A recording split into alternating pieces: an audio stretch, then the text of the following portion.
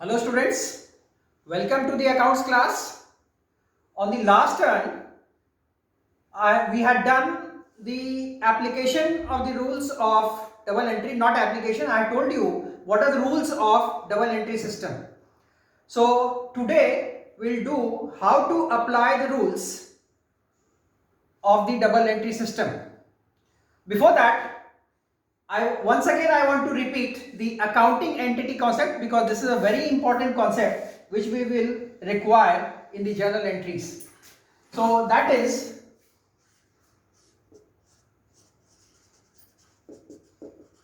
accounting entity concept. Now, what is accounting entity concept? I said that the owner or the proprietor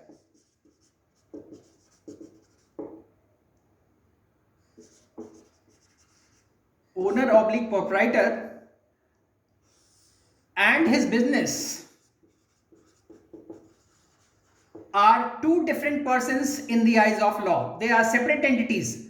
Owner is a different entity and business is a different entity. Now, when the owner invests cash into the business, this is known as the capital of the business. Now, if this cash is not enough, the business borrows another cash. Say suppose it borrows from the bank. So what it borrows from the bank or the outside agency, this is known as the liability.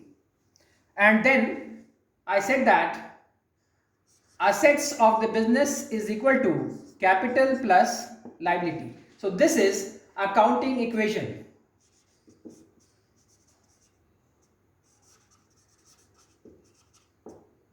This is what I told you in the last class. Now we have to look at every transaction from the business point of view, not from the owner's point of view. So when the owner invests business, we have to look from the business point of view that cash has come into the business. So from where it has come? It has come from the owner's the owner's capital. So owner is giving cash to the business. So if we look from the business point of view, cash has come into the business. Whatever it borrows from the outside agency, that is known as the liability, and this is accounting equation. Asset is equal to capital plus liability. So this is accounting entity concept, and here it is accounting equation. Now another thing that we did on the last turn, again I'll repeat the rules of double entry system.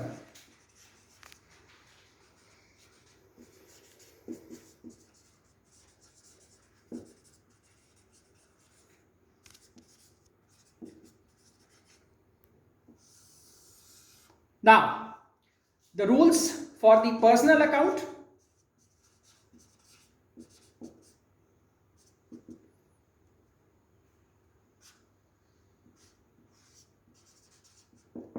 Debit the receiver and credit the giver. I had told you to learn this by heart. Next, we come to the real account. What are the rules of the real account? Debit what comes in and credit what goes out. And last comes the nominal account.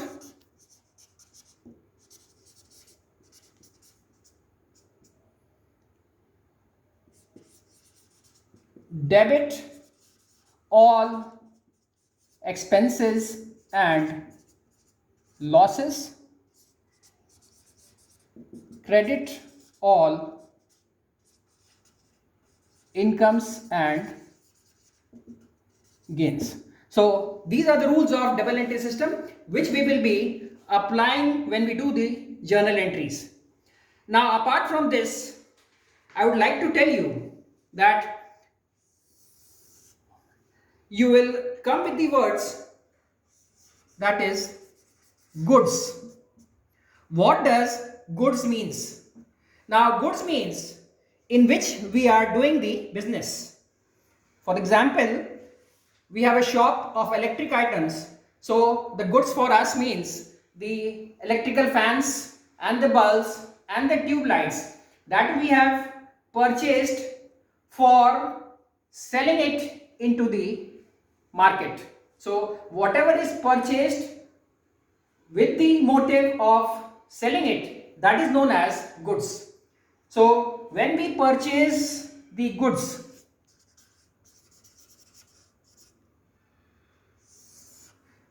if it is purchased for resale, that is known as the goods, that is the meaning of the goods.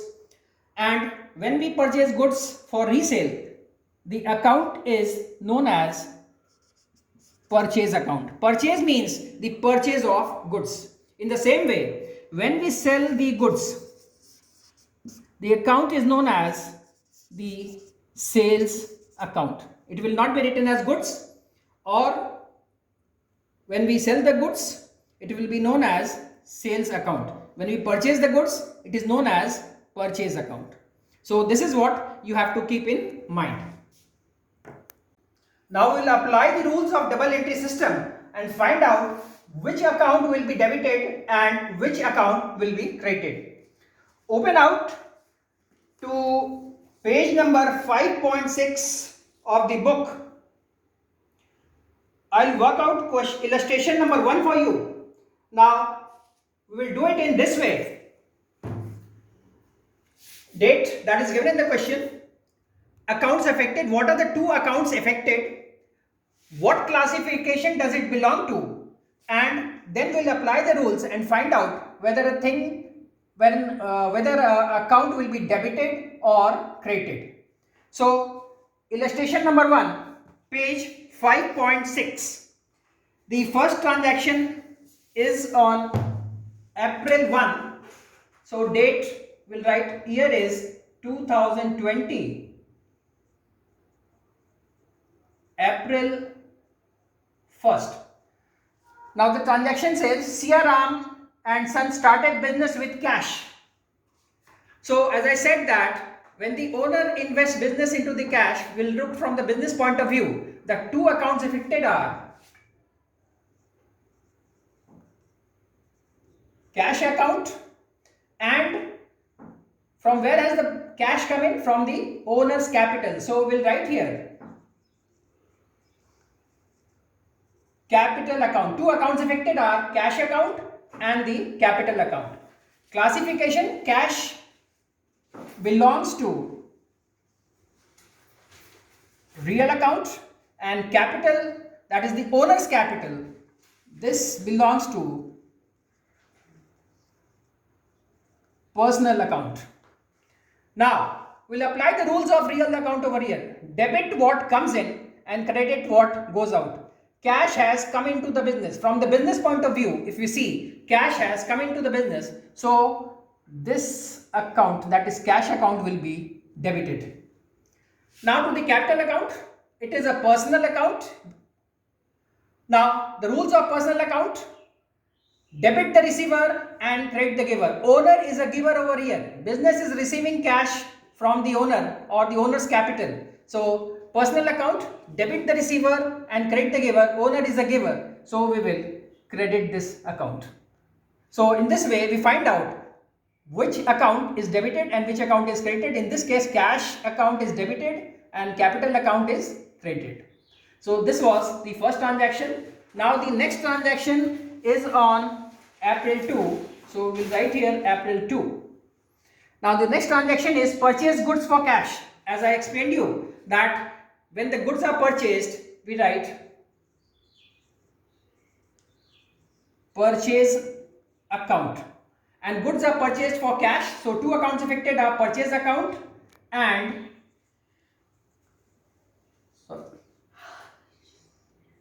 cash account. Two accounts affected are purchase account and cash account. Purchase account or purchase is a nominal account. So we'll write here nominal. Classification, purchase belongs to nominal account. Cash belongs to real account. Now we'll apply the rules of nominal account. Debit all expenses and losses. When we purchase, it is an expense. So this will be debited. Cash is the real account. Apply the rules of real account. Debit what comes in, credit what goes out. So when we have purchased, cash is going out from the business. So we will credit this. So here we have applied the rules and find out what account to be debited and what account to be credited. Next, that is the 4th of April. The transaction is purchase goods from Shubhas. When it is written purchase goods from Shubhas, accounts affected are purchase account and the other account affected is Shubhas account. Why Shubhas? Because it is not written over there in the transaction that it has been purchased for cash. So it is assumed or it is understood that the goods have been purchased from Shubhas. So purchase is a nominal account and Shubhas is a personal account. We'll apply the rules of nominal account. Debit all expenses and losses. Purchase is an expense, so we debit it. Shubhas, that belongs to personal account. We'll apply the rules of personal account. Debit the receiver and credit the giver. So Shubhas is a giver over here, so we credit this. Next, that is April 5. Purchased furniture for cash. So two accounts affected are furniture and cash. Furniture account and cash account. Furniture account will come under real account and cash is also a real account. So we'll apply the rules of real account. Debit what comes in. Furniture has come into the business. Since the furniture has been purchased, furniture has come into the business, we will debit furniture account. Cash has gone out of the business because we have purchased for cash. So debit what comes in, credit what goes out. So this is credit. Next, that is April 7.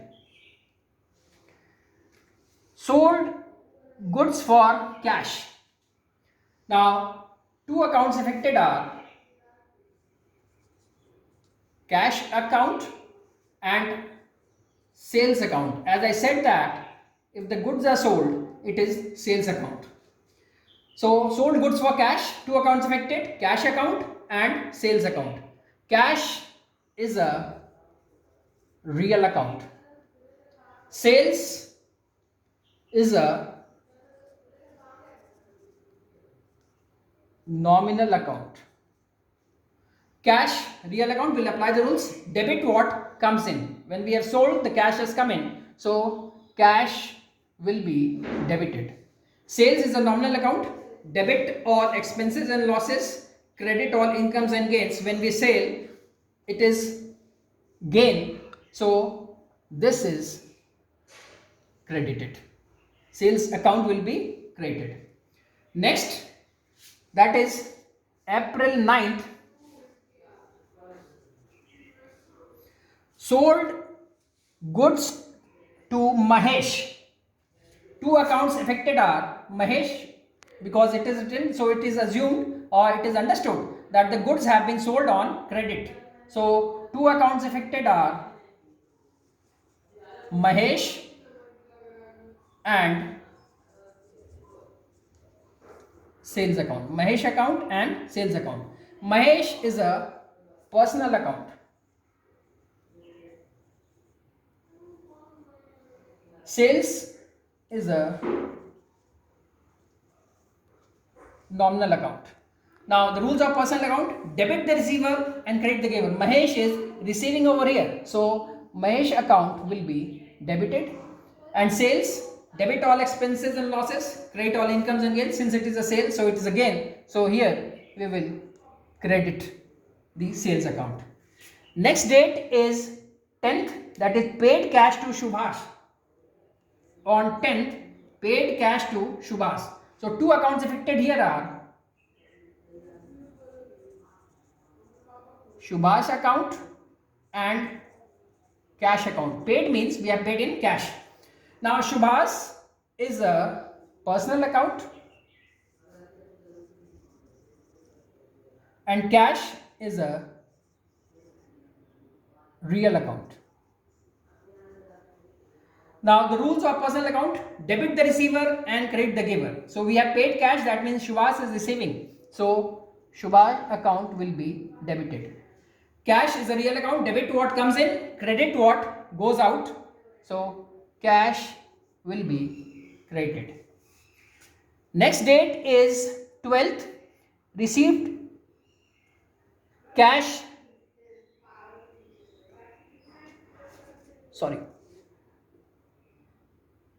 paid cash to Subhash. Next is 12th, received cash from Mahesh. So on 12th, two accounts affected are cash account and Mahesh account. Now cash, if we look to the classification, it will come to the belongs to real account, and Mahesh personal account. We'll apply the rules of real account: debit what comes in, so cash will be debited, and Mahesh account, debit the receiver and credit the giver. So since you have received cash from Mahesh, so Mahesh account will be credited. So this was on 12th. Next, on 16th,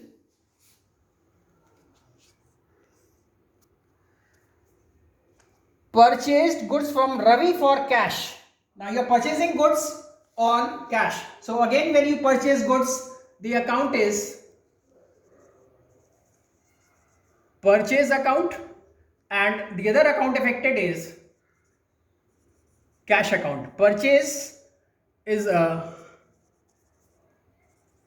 nominal account and cash is a real account. Now we'll apply the rules of nominal account: debit all expenses and losses. Purchase is an expense, so we will debit it. And cash is a real account: debit what comes in, credit what goes out. Since we are purchasing, cash is going out, so this will be credited. Now the next transaction is on 17th, purchase goods from Ravi. So account affected are purchase and Ravi. Purchase again is a nominal account and Ravi is a personal account. Now purchase will apply the rules of nominal account: debit all expenses and losses. So this is an expense, so this will be debited. And Ravi is a personal account. We have purchased goods from Ravi on credit. So personal account, debit the receiver and credit the giver. Ravi is a giver over here, so we will credit it. So in this way, you have to find out first that what are the two accounts affected. Then we have to put under which classification does it belong to, and then we'll apply the rules of those classifications and find out whether an account will be debited or credited. So you will be doing this question like this. This is an illustration 1 on page number 5.6. You will complete the question like this, and on the next turn we will do the journal entries. That means we'll apply these rules and find out what is debited and credited, and then we'll straight away go on to the journal entries. That is all for today. You complete this question and read the chapter carefully so that you understand how a thing is debited and how a thing is credited. On the next turn, we will come on, or we will do the journal entries in detail. Thank you.